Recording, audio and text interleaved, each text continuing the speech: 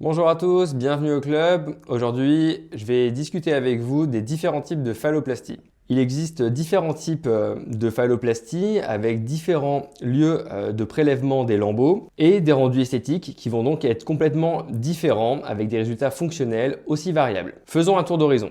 La phalloplastie, la plus connue historiquement, est la phalloplastie de l'avant-bras. C'est un lambeau dit libre. C'est un lambeau qui présente plusieurs avantages avec une taille qui est complètement adaptée à celle du patient, permettant une phalloplastie plutôt homogène et permettant la création d'un canal urinaire dans le même temps. À savoir qu'une connexion nerveuse peut aussi être réalisée, donnant une sensibilité grossière de la phalloplastie quand la suture prend. Mais ce type de prélèvement a pour conséquence principale une cicatrice assez imposante prenant les 3/4 de l'avant-bras qui malheureusement est un peu stigmatisante. Se surajoute en plus de ça le risque de tous les lambeaux libres, c'est-à-dire qu'il faut réaliser des anastomoses, c'est-à-dire des sutures qui sont microscopiques au niveau des vaisseaux et que si ces dernières ne fonctionnent pas très bien, on peut avoir une perte du lambeau et pour autant avoir une cicatrice importante sur le lieu de prélèvement. Il existe d'autres lambeaux libres comme le lambeau ALT ou lambeau de cuisse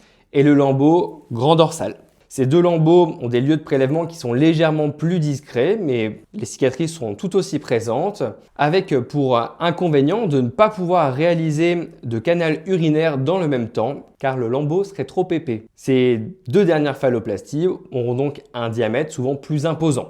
D'autres techniques sont décrites mais plus rarement utilisées comme la phalloplastie inguinale ou la tibiale. La dernière technique qu'il me reste à vous présenter est un lambeau dit pédiculé, c'est la technique de la phalloplastie abdominale et c'est celle que nous réalisons ici au sein du club. C'est une technique en plusieurs étapes, ce qui augmente la sécurité de ce type de lambeau. La réalisation d'une urétroplastie, l'allongement du canal urinaire, est possible et réalisable si souhaité. Bien sûr, des cicatrices sont aussi présentes, mais elles sont beaucoup plus facilement dissimulables car au niveau du bas du ventre. Par ailleurs, avec ce type de lambeau, la nécrose de la phalloplastie est quasiment inexistante, ce qui en fait un lambeau fiable. Je vous détaillerai avec plaisir les différentes étapes de cette phalloplastie dans différentes vidéos. À bientôt sur la chaîne.